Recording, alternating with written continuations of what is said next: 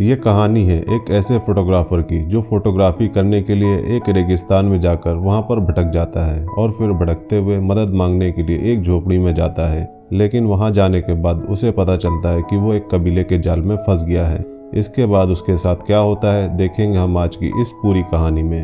तो कहानी की शुरुआत में हम विंडम स्टोन नाम के एक फोटोग्राफर को देखते हैं जो एक सुनसान रेगिस्तान इलाके में सूर्य ग्रहण के फोटोज और वीडियोस लेने के लिए आया होता है। और ये सब खत्म होने के बाद उसे सूरज ढलने से पहले वापस अपनी कार तक पहुंचना है जो उसने यहाँ से थोड़ी दूर पहले ही खड़ी कर रखी थी। अब फोटोग्राफी हो जाने के बाद जब वो वापस जा रहा होता है तभी उसे यहाँ पर एक बच्चा नजर आता है। तो स्टोन को ये समझ नहीं आ रहा था कि ये बच्चा आखिर इन सुनसान इलाके में क्या कर रहा है।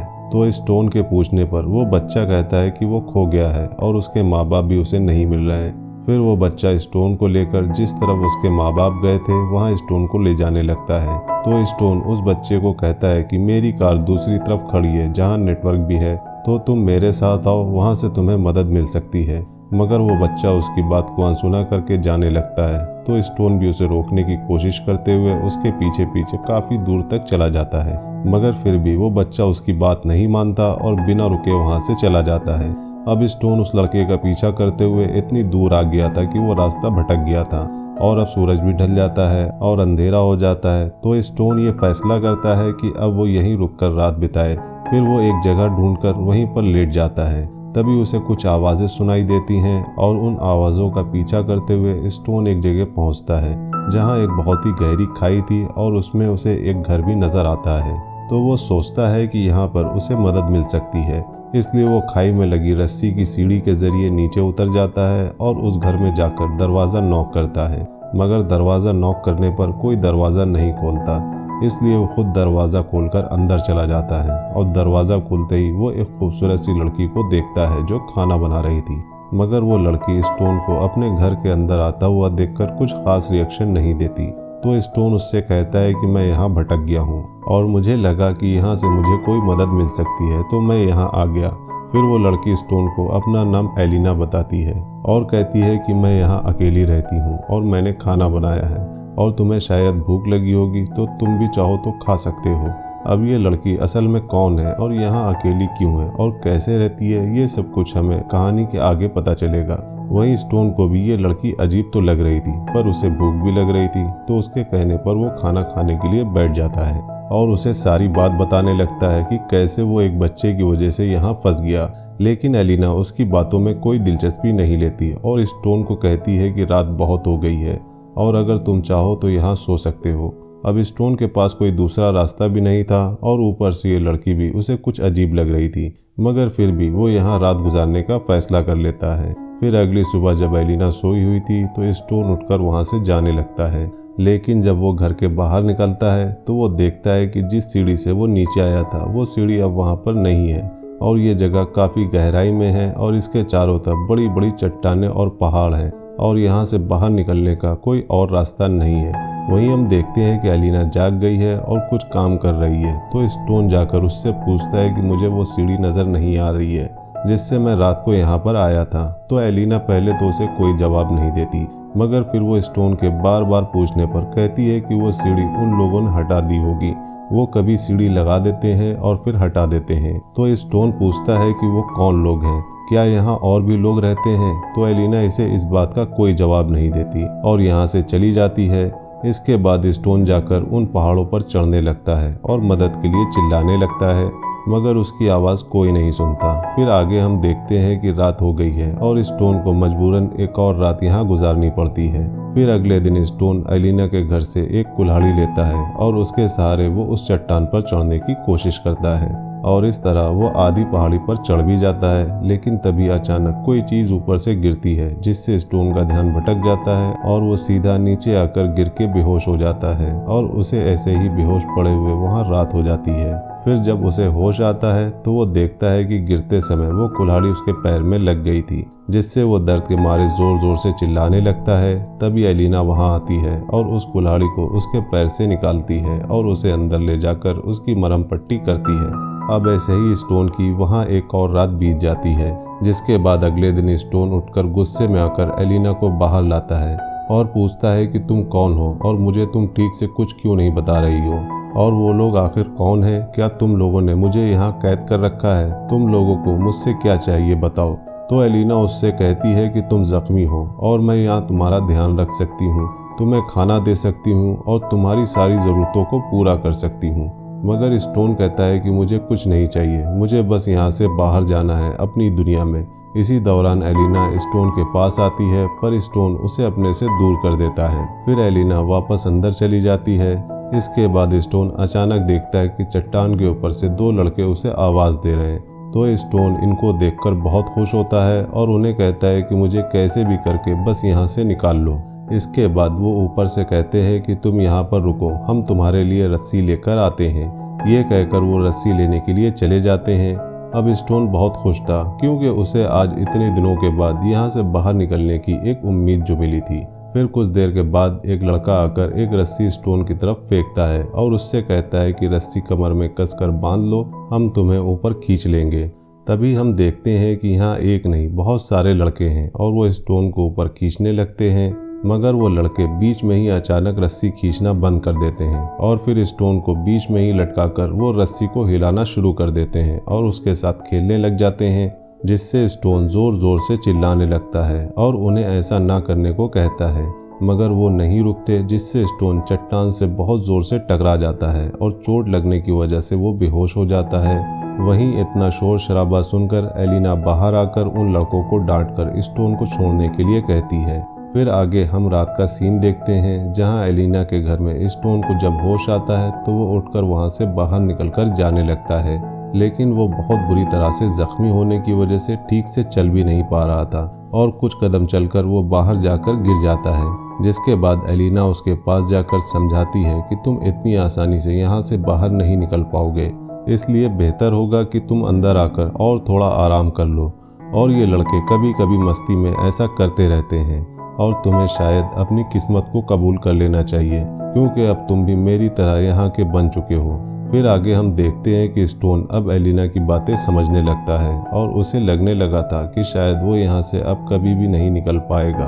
और अब स्टोन भी एलिना के साथ यहाँ रहना सीख गया है और जिन बच्चों ने उन्हें यहाँ फंसाया था वो उनकी ज़रूरतों का हर सामान बीच बीच में उन्हें दे दिया करते थे। और अब एलिना भी एक वाइफ की तरह स्टोन के साथ रहने लगती है। वो उसे खाना बनाकर खिलाती है, उसके कपड़े धोती है और उसकी हर ज़रूरत का ध्यान रखती है। और दूसरी तरफ स्टोन अब सब्जियां उगाने लगता है, लेकिन ये सब स्टोन यहाँ पर सिर्फ अपना मन लगाने के लिए कर रहा था। हालांकि उसे अब भी एक उम्मीद थी कि वो आज नहीं तो कल कैसे भी करके यहाँ से बाहर ज़रूर निकलेगा। फिर एक दिन उनमें से एक लड़का उन्हें सामान के साथ अल्कोहल भी दे देता है और स्टोन उस रात को बहुत पी लेता है, जिस वजह से वो दोनों धीरे धीरे एक दूसरे के बेहद करीब आ जाते हैं और इंटीमेट हो जाते हैं। अब आगे यहाँ उनका जीवन ऐसे ही बीतने लगता है और स्टोन भी खुद को बहलाने के लिए कुछ न कुछ करता रहता है। फिर एक दिन एलिना स्टोन को बताती है कि वो प्रेग्नेंट है, लेकिन ये बात सुनते ही स्टोन परेशान हो जाता है और कहता है कि तुम ये क्या कह रही हो, मुझे यहाँ इस नर्क में कोई बच्चा नहीं चाहिए, वो भी तुम जैसी नासमझ लड़की की कोख से। तुमने तो आज तक मुझे ये भी नहीं बताया कि तुम कौन हो और कहाँ से आई हो और वो लड़के कौन हैं, और कुछ कहने पर एकदम चुप रहती हो। अब आगे हम देखते हैं कि कुछ दिन बाद वो लड़का वहाँ आता है जो उन्हें ज़रूरत का सामान दिया करता था। वो आकर स्टोन को अपना नाम लीपस बताता है और उससे ऊपर से बात करने लगता है और कहता है कि क्या तुम मुझे पढ़ा सकते हो, क्योंकि मैं भी पढ़ लिख कर समझदार बनना चाहता हूँ। तो स्टोन कहता है कि हाँ क्यों नहीं, मगर यहाँ से मैं तुम्हें नहीं पढ़ा सकता। ऐसा करने के लिए तुम्हें पहले मुझे यहाँ से बाहर निकालना होगा और मेरे साथ इस लड़की को भी मदद चाहिए क्योंकि ये प्रेग्नेंट है। अगर तुम हमें यहाँ से निकालोगे तो हम तीनों कहीं दूर जाकर एक परिवार की तरह रहेंगे और वहाँ तुम्हारी पढ़ाई भी होगी। अब ये सब स्टोन उस बच्चे को बहलाने के लिए बोल रहा था, जिसके बाद वो बच्चा कहता है कि ठीक है मैं तुम्हें बाहर निकालूंगा, मगर ऐसा तभी कर पाऊंगा जब मेरे साथी यहाँ नहीं होंगे या फिर सो रहे होंगे। तभी अचानक से वहाँ एक बड़ा लड़का आ जाता है जिसने उनकी सारी बातें सुन ली थी और वो आकर उस बच्चे को लेकर चला जाता है। फिर उसके बाद हम अगले दिन सुबह का सीन देखते हैं। जब एलिना घर से बाहर आती है तो वो आते ही चिल्लाने लगती है। तभी उसकी आवाज़ सुनकर स्टोन भी बाहर आता है तो वो देखता है कि उन बड़े लड़कों ने लीपस को मारकर चट्टान के ऊपर टांग दिया है। और ये वही लड़का था जिसने स्टोन को यहाँ से निकालने की बात कही थी। अब ये सब देखकर एलिना पागल सी हो जाती है, लेकिन स्टोन कुछ समझ नहीं पा रहा था कि आखिर एलिना इस लड़के के लिए इतना क्यों रो रही है। तभी एलिना स्टोन को कहती है कि वो मेरा बेटा था और तुम्हारी वजह से उन लोगों ने उसे मार दिया। अगर तुमने उससे यहाँ से निकालने की बात नहीं कही होती तो शायद आज वो जिंदा होता। ये कहते हुए एलिना एक लकड़ी का टुकड़ा उठाकर स्टोन के सर पर मारकर गिरा देती है और फिर इतना मारती है कि वो बेहोश हो जाता है। इसके बाद हमें 2 महीने बाद का सीन दिखाया जाता है, जहाँ एलिना ने स्टोन को मारकर एक पिंजरे में कैद कर दिया था और अब भी वो उस पिंजरे में ही कैद है और एलिना उसे खाना और पानी देती है मगर बाहर नहीं निकालती है और पिंजरे के अंदर रहते रहते अब स्टोन भी पागल सा होने लगा था। और फिर एक दिन एक लड़की पहाड़ी के ऊपर आती है और वहाँ से स्टोन को देख लेती है। फिर स्टोन उससे मदद लाने को कहता है और वो लड़की स्टोन की मदद के लिए पुलिस को बुलाने जाती है। अब स्टोन को बहुत दिनों के बाद यहाँ फिर एक उम्मीद की किरण नजर आई थी, मगर उसके कुछ देर बाद ही स्टोन देखता है कि वो लड़के उस लड़की को पकड़कर वहीं ले आते हैं और स्टोन को दिखाते हुए उस लड़की को उसके सामने ही जान से मार देते हैं। ये देखकर स्टोन बहुत गुस्सा हो जाता है और पिंजरे से निकलने की बहुत कोशिश करता है, लेकिन वो कुछ नहीं कर पाता और अब स्टोन को ऐसे ही पिंजरे में रहते हुए 9 महीने गुजर जाते हैं। फिर एक दिन स्टोन एलिना से कहता है कि प्लीज़ मुझे यहाँ से बाहर निकालो। मैंने डिसाइड कर लिया है कि मैं अब तुम्हारे साथ ही रहूँगा और तुम्हारे जितने भी बच्चे हैं मैं उन सभी का बाप बनूंगा और अब तुम्हारी डिलीवरी भी होने वाली है तो तुम्हें मेरी ज़रूरत पड़ेगी।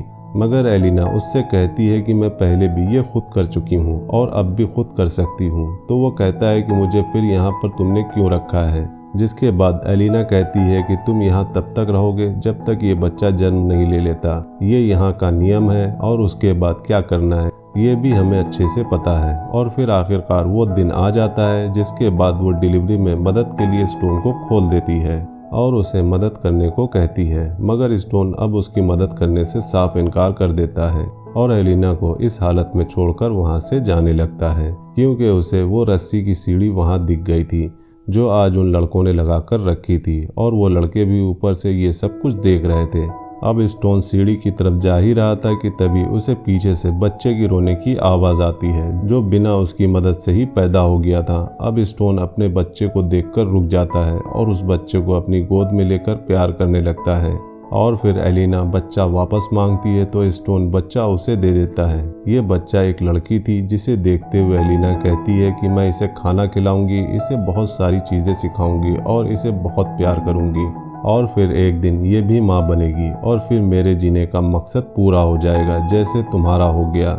जिसके बाद एलिना स्टोन को बच्चे के लिए थैंक्स कहती है और तभी पीछे से एक लड़का आकर चाकू से स्टोन का गला काट देता है और फिर वो लड़का एलिना को कहता है कि माँ मैंने इसे भी अंजाम तक पहुँचा दिया। और अब कहानी के आखिर में ये बात साफ हो जाती है कि ये एक कबीला था जिसमें सारे लड़के एलिना के ही बच्चे या भाई थे और वो सब आपस में मिलकर स्टोन जैसे लड़कों को फंसाकर यहाँ कैद करके उनसे बच्चा पैदा करवाने के लिए इस्तेमाल किया करते थे और उनका मकसद पूरा होने के बाद वो उन लड़कों को मार देते थे और इसी तरह से वो अपने कबीले को बढ़ाते रहते थे। और इसी सीन के साथ ये कहानी यहीं पर ख़त्म हो जाती है। तो ये थी द सीडिंग फिल्म की सारी कहानी। आपको ये कहानी कैसी लगी हमें कमेंट्स में ज़रूर बताइएगा। अगर मूवी का एक्सप्लेनेशन पसंद आया हो तो वीडियो को लाइक करिएगा और चैनल को सपोर्ट करने के लिए सब्सक्राइब करिएगा ताकि हम आपके लिए ऐसे ही इंटरेस्टिंग मूवीज़ के एक्सप्लेनेशन लाते रहें। मिलते हैं नेक्स्ट मूवी एक्सप्लेनेशन वीडियो में, तब तक के लिए बाय बाय।